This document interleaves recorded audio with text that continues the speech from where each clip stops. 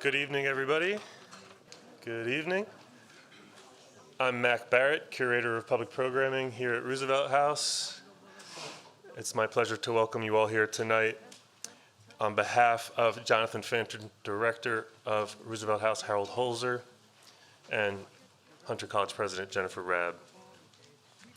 It is fitting that we gather here tonight in the home of Eleanor Roosevelt, who fought for immigrants, refugees, workers, and women all her life, to celebrate the publication of Adam Hochschild's new book, Rebel Cinderella, From Rags to Riches to Radical, The Epic Journey of Rose Pastor Stokes.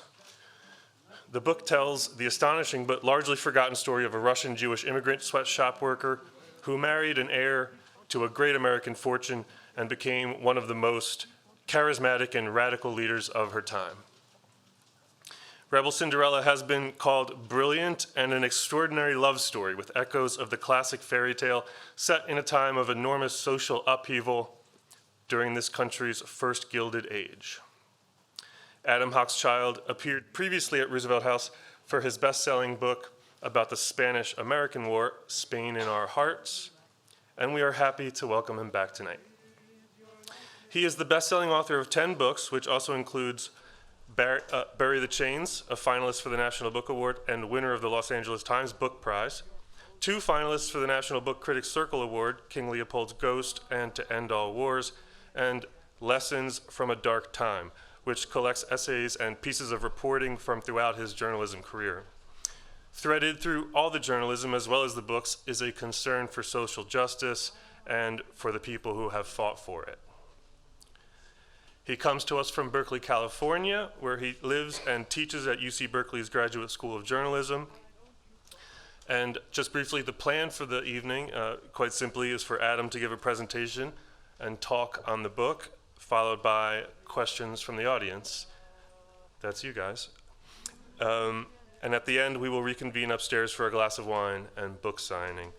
As always, please turn off, silence, dismantle, or however else, nullify your cellular devices.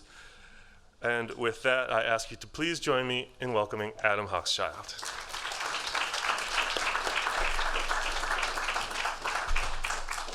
Well, thank you very much, Mac, and thank you all for coming, and for coming to hear talk about a book that is not the latest revelations from the Trump White House, or even the secretive plan to stop the coronavirus, but is something else entirely. And I just want to recognize first 2 people in the audience, my literary agents, George and Ann Borchardt, to whom this book is dedicated, and who have helped me in many ways throughout my writing life. So thank you, George and Ann.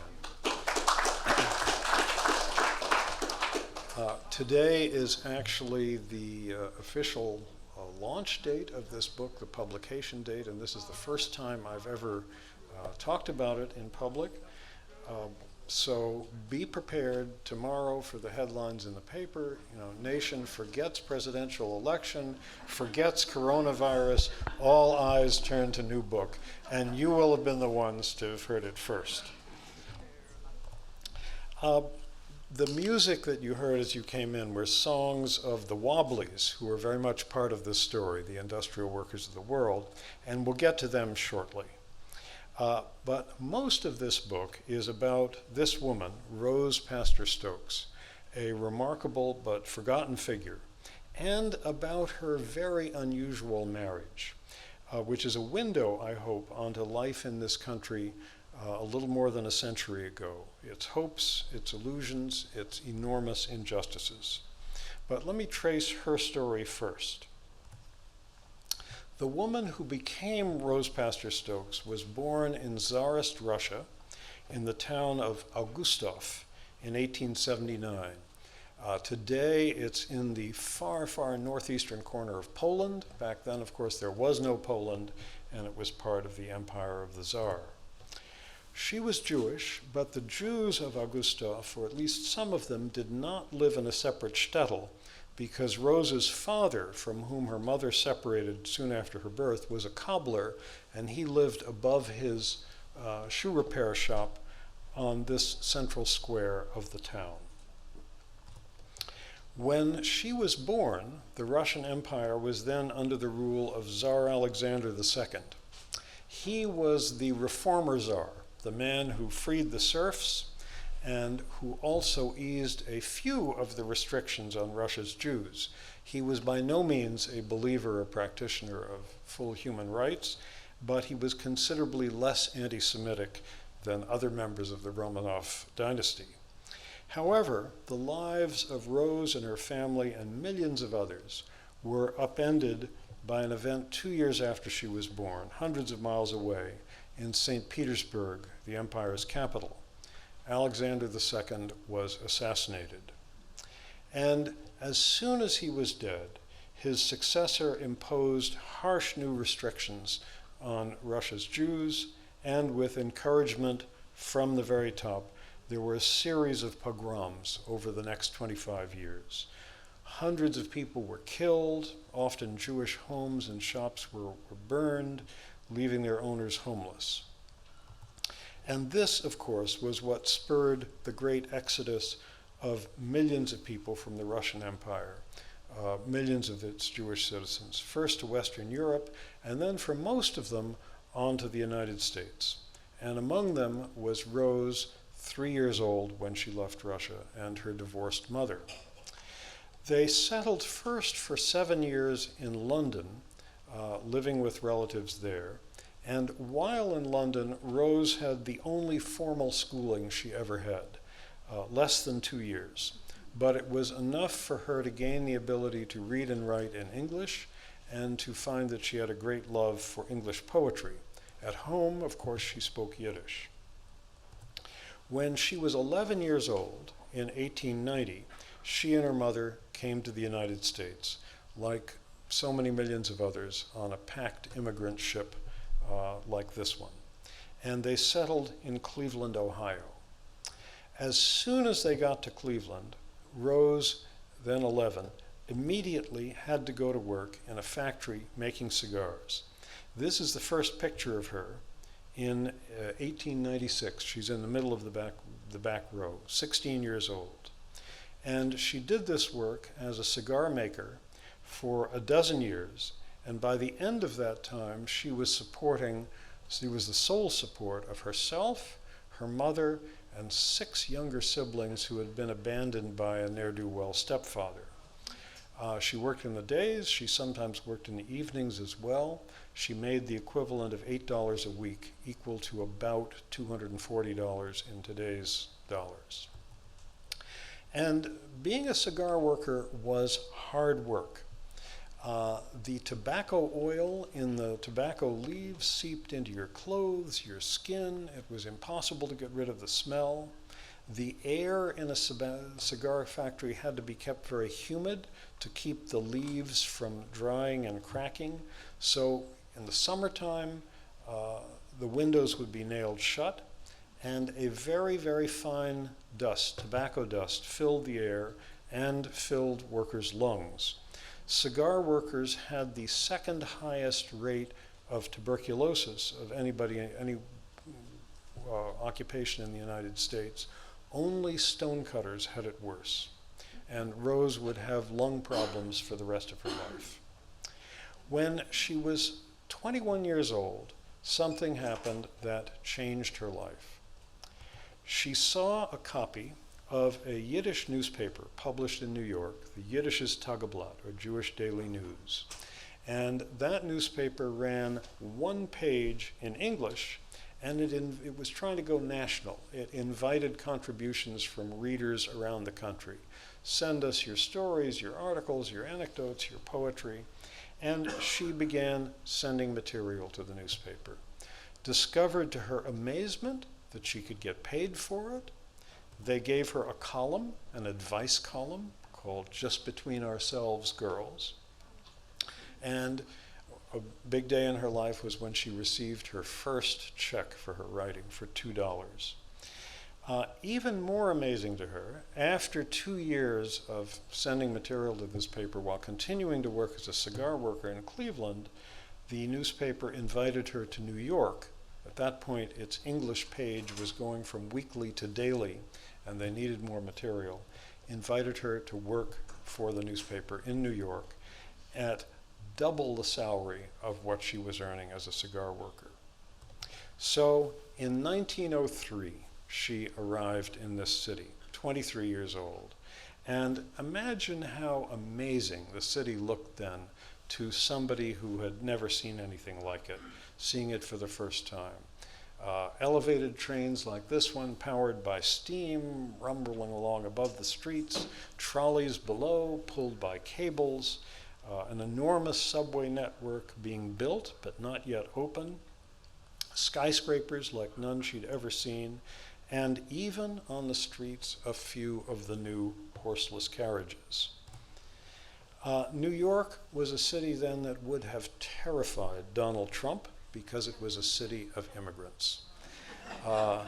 In 1903, more than half the men over 21 in Manhattan were foreign-born. And New York would soon be the largest city in the world. It was already the largest Jewish city in the world. This is the Lower East Side, where Rose lived and worked. And most of the people that she wrote about were people like these Lower East Side peddlers, shopkeepers, people who worked in shops, involved in other kind of petty commerce on the street. These were the sorts of people that she filled her columns with each day. One day in the summer of 1903, her editor gave her a different assignment, which was to go and interview someone who worked in a settlement house nearby. Now, what were settlement houses? These, as I'm sure you know, were institutions set up in the poorer areas of big cities in this country in the Northeast to provide services that didn't exist there. Childhood nutrition programs, baths and showers, not just for children, but for adults as well, because these were things that often weren't there in tenement houses. Adult literacy classes. Now, settlement houses served a population that was almost entirely immigrant and poor. But the volunteers who staffed them tended to be well-to-do college graduates. One example, Eleanor Roosevelt, whose house we're in. She worked on the Lower East Side for several years as a volunteer in a settlement house. And in fact, it was during that time that Franklin was courting her and had his first exposure to what urban poverty in this country really looked like. So the settlement house where Rose was sent to interview one of the people who worked there was on the Lower East Side, called the University Settlement. And here is the guy she was asked to interview, a volunteer worker there, James Graham Phelps Stokes, Graham to his friends. And he and Rose fell in love. He was, as you can tell from the name, an Anglo-Saxon Protestant. And he came from the most different kind of background imaginable. Here, for example, is one of his family's homes. 100 rooms in the Berkshires, Western Massachusetts. At the time that it was built, it was the largest private home in the United States. Despite the 100 rooms, they referred to it as their summer cottage. And legend has it that one of Graham's brothers, who was in the class of 1896 at Yale, sent a telegram to his mother saying, bringing some apostrophe 96 fellows home for the weekend. The apostrophe got dropped from the telegram, and his mother replied, "Many guests already here have room for only 50. When not in this and in one or two other homes they owned, the family lived in New York, in this mansion at Madison Avenue and 37th Street. Today it's part of the Morgan Library. Here are Graham Stokes' parents. Each of them came from a substantial fortune, which they combined. So the family's wealth was based on a number of things: the Phelps Dodge mining empire, Manhattan real estate, especially luxury apartment buildings on the Upper East Side, silver and gold mines, and a railroad in Nevada, among other things. Here are those parents with their 9 children and some of those children's mates and offspring. And the children of this family were expected, the boys were expected to play prominent roles, and they did. One of them became a famous architect, one of them became an editorial writer for the New York Times, one of them became what today would be called provost at Yale University, a grandson became an Episcopal bishop. The girls were expected to marry well, and they did. One married into the family of a former Secretary of State. One married a nobleman in Europe and became a baroness. And so the family was decidedly nonplussed when Graham Stokes became engaged to a former cigar factory worker. Now, Graham Stokes had followed a somewhat different route than the rest of the family. When he graduated from college, he had gone to medical school at Columbia. And while there, while working on a horse-drawn ambulance from Roosevelt Hospital, he was exposed to the underside of the city's life for the first time. This is the New York of the tenements at the turn of the century, the kind of New York that is remembered so well in the Tenement Museum here, which I'm sure some of you know. Graham Stokes was shocked by what he saw. Immigrants living sometimes packed 6, 7, 8 people to a room. Often for a tenement, the only toilets were outdoor outhouses like these.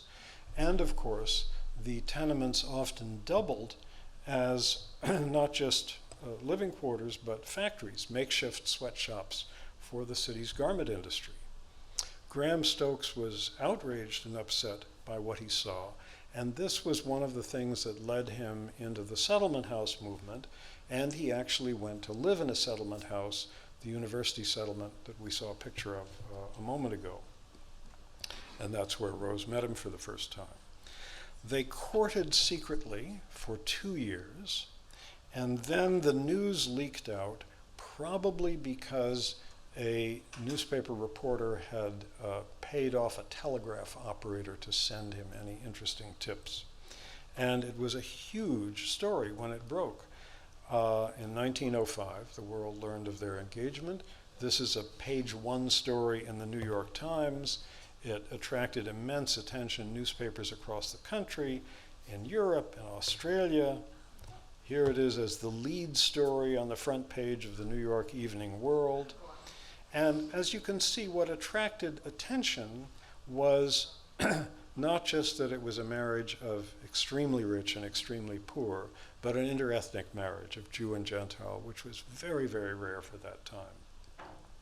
And of course, we are still fascinated with marriages of that sort today. I mean, think about Prince Harry and Meghan Markle.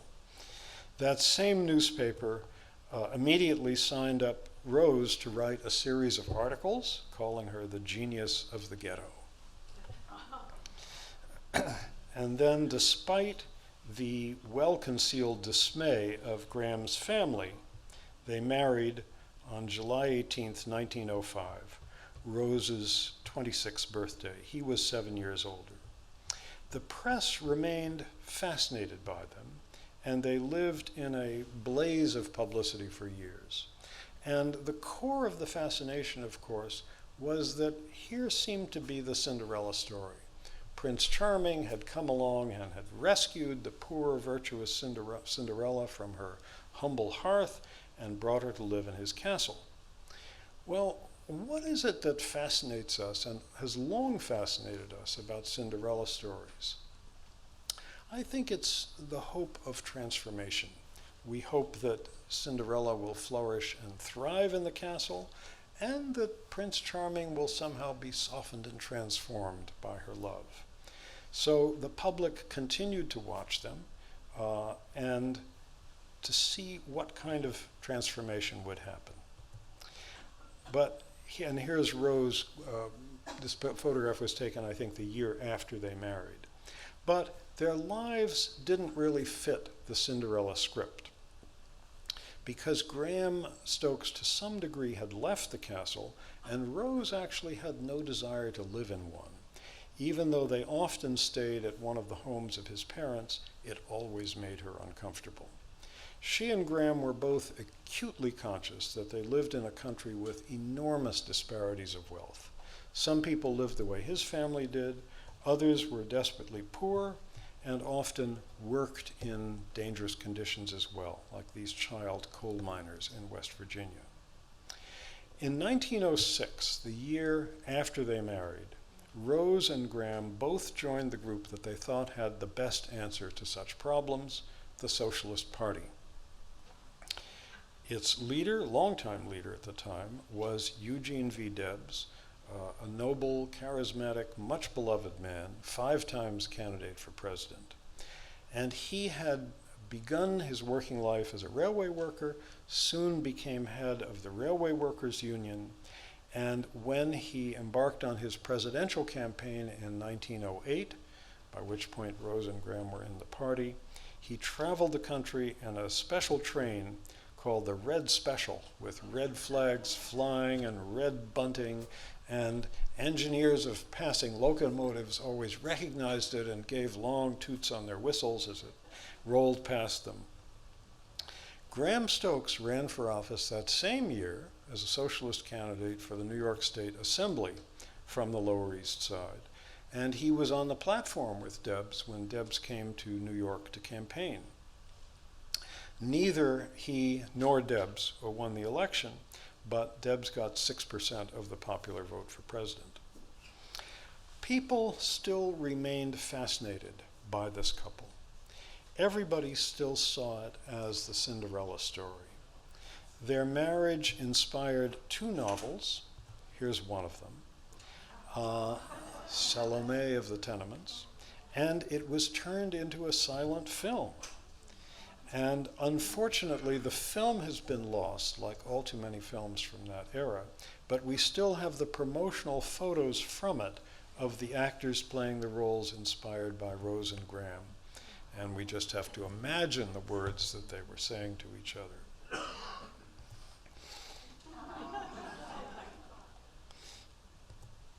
Now, despite these Cinderella fantasies, this was a time when millions of Americans, even those not living in great poverty, were becoming aware of the injustices in this country. And one episode that dramatized the terrible labor conditions of the day involved clothing workers at the Triangle Shirtwaist Company in New York, just off Washington Square. And I'm sure you know about the terrible Triangle fire. The workers who were on the upper floors of this factory were trapped. Most of them were unable to get out. There was an inadequate fire escape which collapsed from the weight of the people on it. The door to a stairwell through which people might have escaped was locked to keep union organizers out. 146 people burned to death or leapt out the window to their deaths. And of the dead, almost all were women. Half were teenagers, and almost all were immigrants, Jewish and Italian. 120,000 people marched in a mourning procession through the streets of Manhattan. More than 300,000 people lined the sidewalks. It was something that made millions of people aware of these kinds of working conditions. Rose continued her journalism, but now it was these sorts of issues that she was writing about. She also started writing about women's rights. She got very involved in one case which has echoes of the kind of battles that are still going on today in the Me Too era. It involved a woman named Sarah Coton, who worked as a nurse and lived in a room in the office of the doctor where his office and home were in the same building. He had a room where she lived, and one night he piped chloroform under her door, and when she was unconscious, he raped her.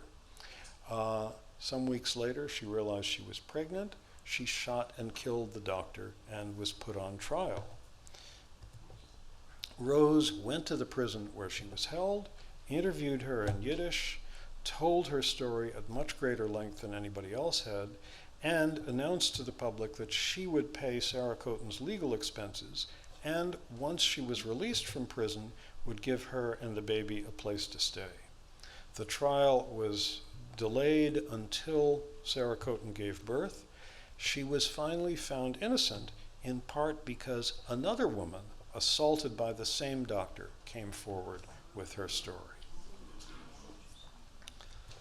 Starting a few years after Rose and Graham got married, for a decade or more, the United States was convulsed by strikes, with hundreds of thousands of workers walking out every year. And this was at a time when labor unions had almost none of the rights that they later acquired, thanks in large part to things that happened during Franklin Roosevelt's administration. Strikes were often suppressed by police. These are Chicago police arresting a striking garment worker, or by troops. These are striking clothing workers in Massachusetts facing a state militia. This particular strike was organized by the Wobblies, whose music we heard. One big strike of garment workers was here in New York City, and Rose was heavily involved, speaking to groups of strikers, often many times each day. And it was in this strike, which began in 1909, that she really came into her own as an organizer and as an immensely popular speaker, speaking in English or Yiddish as the occasion required. And she was soon recognized as one of the great radical orators of her time.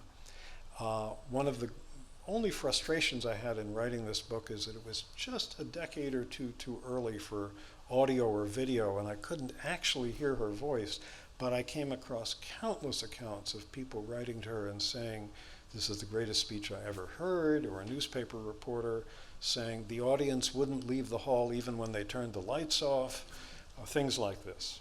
So gradually, and you can trace this in the press coverage, this ongoing cascade of newspaper stories were more about her than about the two of them as a couple, and there's signs that her husband was not happy about that. Now, the most interesting strike Rose was involved in happened in 1912, and it was a strike of hotel and restaurant workers here in New York. IWW organizers walked into one restaurant or hotel dining room after another, usually just as lunch or dinner was about to be served, blew a whistle, and the waiters walked out. And they started with the Waldorf Astoria, Delmonico's, the Luncheon Club of the New York Stock Exchange, on down. Rose was on the strike committee. She addressed many rallies of striking waiters, helped handle publicity for the strikers, publicized the miserable conditions in which they worked, and in her papers there are many, many letters of thanks from waiters. Now, one of the places that was on strike was the Ansonia Hotel. You may recognize that building. It's still there on Broadway between 73rd and 74th Street, apartments now. At the time, it was a hotel that claimed to be the largest hotel in the world. Possibly that was true, I'm not sure. It had several dining rooms, and it was a famous gathering place for show business people, musicians, and mobsters. The owner was Graham's uncle, William Earl Dodge Stokes, or Uncle Will as they called him. And he was a passionate hater of labor unions, immigrants, and much more. And he was absolutely furious that his nephew's wife was organizing his own workers to go on strike. And he exploded at her. And he will later come back into this story, you'll see. Let me turn to another aspect of Rose's and Graham's lives. One of the things that made them so fascinating for me to explore and write about was their friends. They knew and worked with the most interesting people in the United States of that era. Here are just a few of them. There's Rose with Eugene Debs on the left, and behind them Max Eastman, editor of the magazine The Masses, country's best magazine at the time, really, something of a precursor to the New Yorker. Mabel Dodge, the wealthy heiress who was famous for the salon that she ran in her Greenwich Village house, where the great questions of the day were debated, and sometimes she asked Graham Stokes to moderate one of these discussions. Also in their circle was Big Bill Haywood of the IWW, a former miner, cowboy, saloon card dealer, charismatic orator, famous for using his fists when he had to, and for being able to recite long passages of Shakespeare by heart. A sometime lover of Mabel Dodge, incidentally. Another of her lovers was John Reed, the journalist, probably the finest journalist of his generation for the zest and verve of his writing and his desire to be at the center of the action, whether it was being in jail with strikers in New Jersey, or being in the midst of the Russian Revolution, or following revolutionaries in Mexico. A close friend. Lincoln Steffens, one of the great muckrakers. W.E.B. Du Bois, Mother Jones, Mary Harris Jones. Rose and Graham knew all these people. Upton Sinclair, to whose novel we owe our food and drug laws, as he was writing it, he sent it chapter by chapter to Graham Stokes for his comments. Another friend, Margaret Sanger, in the center of this picture, the birth control pioneer. We take access to birth control for granted today, but this Brooklyn clinic where Sanger appears was shut down by the police. Sanger went to jail. Rose was very active in the campaign for birth control when talking about things publicly was against the law. Another friend of theirs, often in jail, and this is a mugshot from one of those arrests, was Emma Goldman, the anarchist firebrand. Rose and Graham knew all of these people. They were in and out of their house. Some of them were house guests. Some of them left us recollections of this couple. Goldman, for instance, who was very blunt, thought Graham was a stuffed shirt and couldn't understand how Rose put up with him. So the magical period of American life in which all of these people were active was a remarkable time. It was a time when all of them believed that the world could be changed and that a new and more just society was soon going to be brought into being.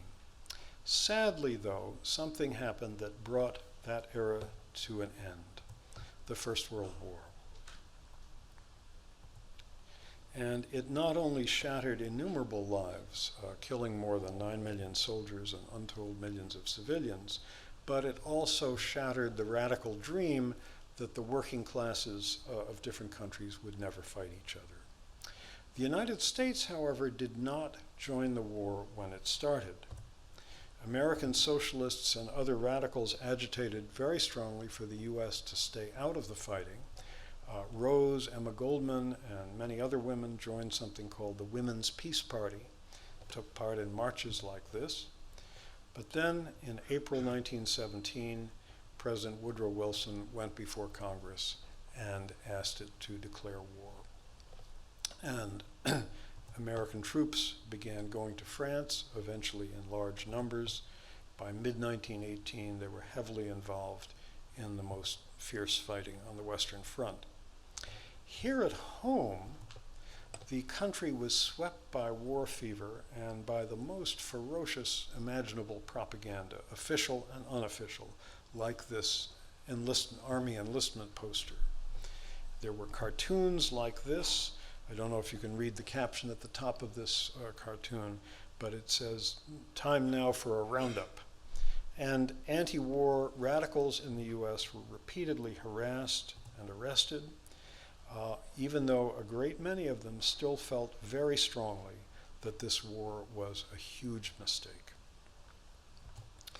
The war created a rift between Graham and Rose Stokes, and perhaps there's a hint of it in this photograph of them. She became firmly convinced that it was a terrible mistake for the US to join the war. She began speaking out against it. He was so enthusiastic about the war that he enlisted and went into uniform. He was too old to be sent overseas, but he served for several years in the New York National Guard, never came closer to combat than marching down Fifth Avenue in a parade, like this one in 1918. But he was all gung-ho for the war. Something else that happened in late 1917 also divided Graham and Rose. The second stage of the Russian Revolution, the Bolshevik seizure of power. Rose was for this, Graham was against it. And she continued speaking out against the war and now in favor of the Bolsheviks. And this drew the ire of many people, including Graham's uncle, the angry hotel owner. Remember him? Here's a report about him from the files of the Bureau of Investigation, predecessor of the FBI, where he says agent involved had received word from W.E.D. Stokes and said that Rose Pastor Stokes at various times in her residence held meetings with socialists and IWW, and that if a search was made of the premises, some valuable information could be secured. A couple of days later, and we can tell all this from records which are now available, he called the Bureau of Investigation, told them that Rose and Graham were out of town, and that it was a good chance to search the house, and they did so. The Bureau kept a close eye on Rose. Agents followed her. Stenographers transcribed her speeches, which turned out to be a big help for me. And after one anti-war talk, she was arrested. In the summer of 1918, she was put on trial for speaking out against the war and sentenced to 10 years in prison. This was under the Espionage Act, a law, an amended version of which, by the way, is still in effect. Graham reluctantly put up bail money, and they appealed the case, and several years later, the sentence was eventually overturned on appeal, so she didn't have to go to jail. But by this point, the marriage was on the rocks. They remained together for 7 more years, but very, very uneasily, because they were going in radically different directions in politics. Rose joined the Communist Party, went to Russia in 1922 as an American delegate to a meeting of the Communist International. Like far too many people, she thought that in Soviet Russia she had found paradise. Graham found paradise in a different direction. He abandoned all his interest in progressive politics and became interested in religion, particularly in blending the traditions of Hinduism and Christianity. So they diverged in radically different directions. They were briefly back on the front pages when, in 1925, they had a very, very bitter divorce. And then, as soon as they were no longer a couple, the press completely lost interest in them. But, happily for me, they saved all their letters. Rose kept a diary. They wrote dueling memoirs. So there was rich, rich material to work from and to try to reconstruct their relationship and the ringside seat they had to this remarkable period of American history. So do historians a favor. Keep your letters, keep diaries, write memoirs. Give us some good source material to work from. After the divorce, Rose, as a matter of principle, refused to take any alimony, and so she was reduced to poverty again. In the early 1920s, the America of Harding and Coolidge and Hoover, there was no market for radical orators. She remarried, but to somebody as poor as she was. She soon came down with cancer and died at the age of 53 in 1933. Graham also remarried, but to the daughter of a railroad executive, no leap out of his class this time, and lived on to the age of 88, dying in 1960. So that's the story. I wish I could say that they changed the world. They didn't, but perhaps through their eyes we can see a world that needed changing and still needs changing today. And I hope you'll enjoy getting to know them as much as I did. So thank you very much.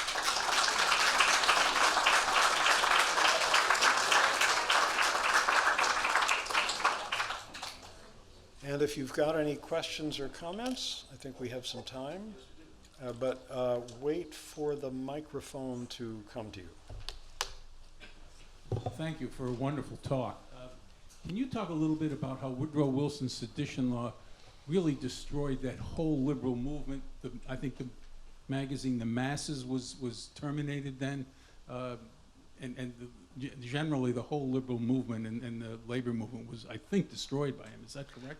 I can talk about it for hours because I'm writing a new book on that period right now. So if you're ready to wait till 11 o'clock tonight, you can stay here. Yeah, it was a very repressive time in American life, and I think people have forgotten that. We had widespread press censorship, ostensibly because of the war, but press censorship, guess what? It continued for 2.5 years after the war ended. It only came to a stop under the administration of Warren Harding, of all people.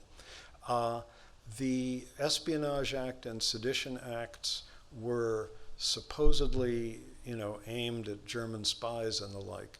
But in fact, there were almost no German spies in the United States by 1917. They had almost all been arrested 2 years earlier when the spy master of the German espionage network, which there was here, was riding a New York elevated train, made the mistake of leaving his briefcase behind on the train, and it was immediately picked up by the American agent who was tailing him.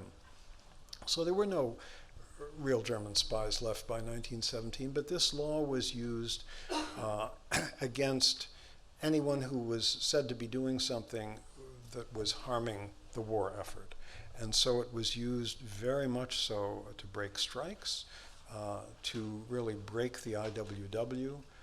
That organization was essentially shattered under Wilson's administration. So I could go on and on, but that's the gist of it. Yeah. Wait, microphone coming to you here. Thank you again for your very enlightening comments. How did you strike upon this woman?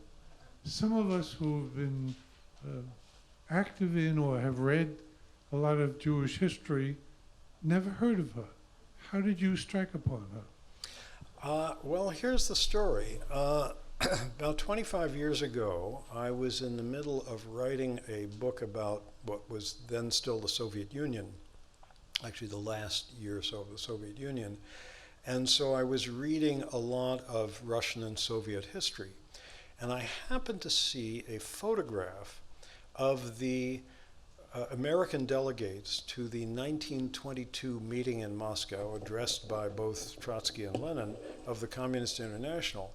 And there in the front row was this quite striking looking woman with a very Jewish face and this extremely WASP last name, which I recognized as, this is one of the 400 families of New York high society. If she's related to that family, I was curious about it.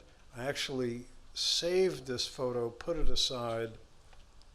This was before I had an internet connection, so it wasn't so easy to check out something like that. Forgot about it, and then years later happened to notice her name in passing in something I was reading about the history of that era, and I thought, whoa, she was related to that family. And then I discovered, as is almost always the case in things that I write about, that I'm far from being the first person to have noticed her, and that there's a PhD thesis here, and a scholarly monograph there, and an article in an academic journal there, and that at the time that they were in the news, they were extremely well known. In fact, for the period 1918 to 21, which included Rose's arrest under the Espionage Act and her trial and being sentenced to 10 years in prison, she was the woman whose name appeared most often in the American press. The head of a newspaper clipping bureau did a calculation at that time, and it's pretty much borne out if you go to an open database of old newspapers, like the Library of Congress Chronicling of America today, which anybody can access on their computer. Hundreds and hundreds of mentions of her. There were, I think, 5 men, including Woodrow Wilson and Henry Ford, who got mentioned more often, but she was the woman whose name appeared most often in the US press, and then completely forgotten. So there are a lot of good forgotten stories out there, and I hope to find some more of them.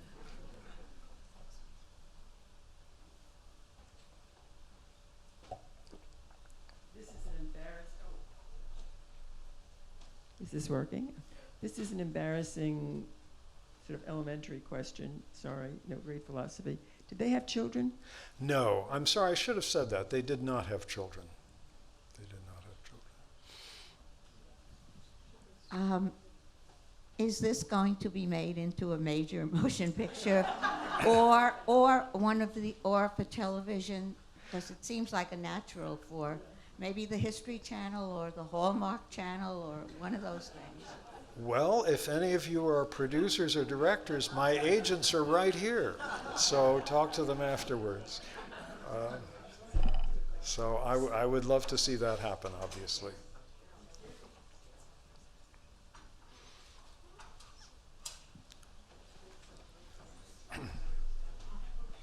Did their relationship have any impact on anti-Semitism? Did it encourage it? Did it facilitate inter-ethnic or intercultural marriages and the like? I'm not sure you can say their relationship had an impact, although maybe it did in some way. It's awfully hard to measure. There was obviously a huge amount of anti-Semitism at that time, sometimes violent. The year before Rose arrived in New York, for example, there was a famous episode where a funeral procession for a prominent rabbi, as it passed beneath the windows of a factory where there were a lot of Irish American workers, they began throwing stones and scrap metal down on this procession. A lot of people were injured. The police arrived and beat up the people in the procession instead of the people in the factory. So there were violent episodes like that. And of course, Jews were officially or unofficially barred from all kinds of men's and women's clubs, fraternities, sororities, law firms, all manner of hotels, all manner of other things. That sort of gradually dissolved over time, but it took a long while. I think there was obviously there was a big difference, and I know something about this because I'm the product of a Jewish-Gentile marriage myself. In 1905, it got you on the front page of the New York Times. When my parents married in 1941, it raised a few eyebrows. Today, nobody thinks anything of it, a mixed marriage. But there was, in New York at that time, there was a huge difference, which I think Gentiles were conscious of, as well as Jews, between Russian Jews, these poor, unwashed immigrants who were pouring off the boats, spoke Yiddish. Many of them were Orthodox, and so they had beards and kaftans and so forth. And German Jews who had been here for several generations, many of whom had amassed large fortunes, and the intermarriages that did take place were much more likely to be between German Jews and Gentiles. But a curious thing, when you look at the press coverage of the marriage in 1905, which I did very closely, almost everybody who wrote about it, including editorials in New York's daily newspapers, celebrated this. I think there was something about the idea of people leaping this chasm of class and ethnicity that touched a sentimental chord in people. So I like to think that it did have some good effect. Rose was extremely instinctively skilled at how to talk to the press and how to portray herself as grateful to be coming into this extraordinary family that she was marrying into and hoping to learn something from her new husband and so on. And I think that helped too.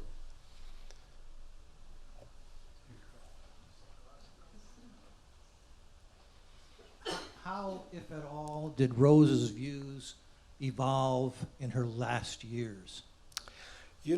I wish I could say that, like her friend Emma Goldman, once she had a look at Russia and saw what it was like, that she realized that was not paradise.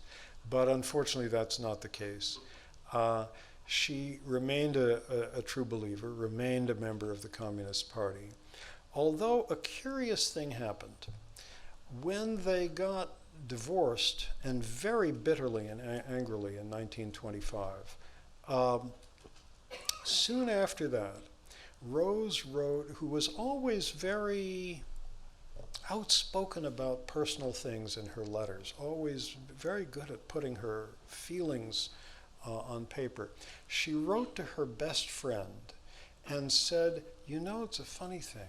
As soon as I've left Graham, and keep in mind they had been sort of fighting politically for 7 or 8 years at this point, as soon as I left Graham, I've lost all desire to give speeches or to take part in politics, and I don't understand it. And for the next few years, it was only a few years after that that she got sick with cancer, but for the next few years she devoted herself to writing poetry, doing some drawing, and earning a living working as a clerical worker in a Communist Party agency that supported refugees and the like. And I've often wondered about why she felt that she lost all interest in politics as soon as she divorced from this husband that she'd been fighting with.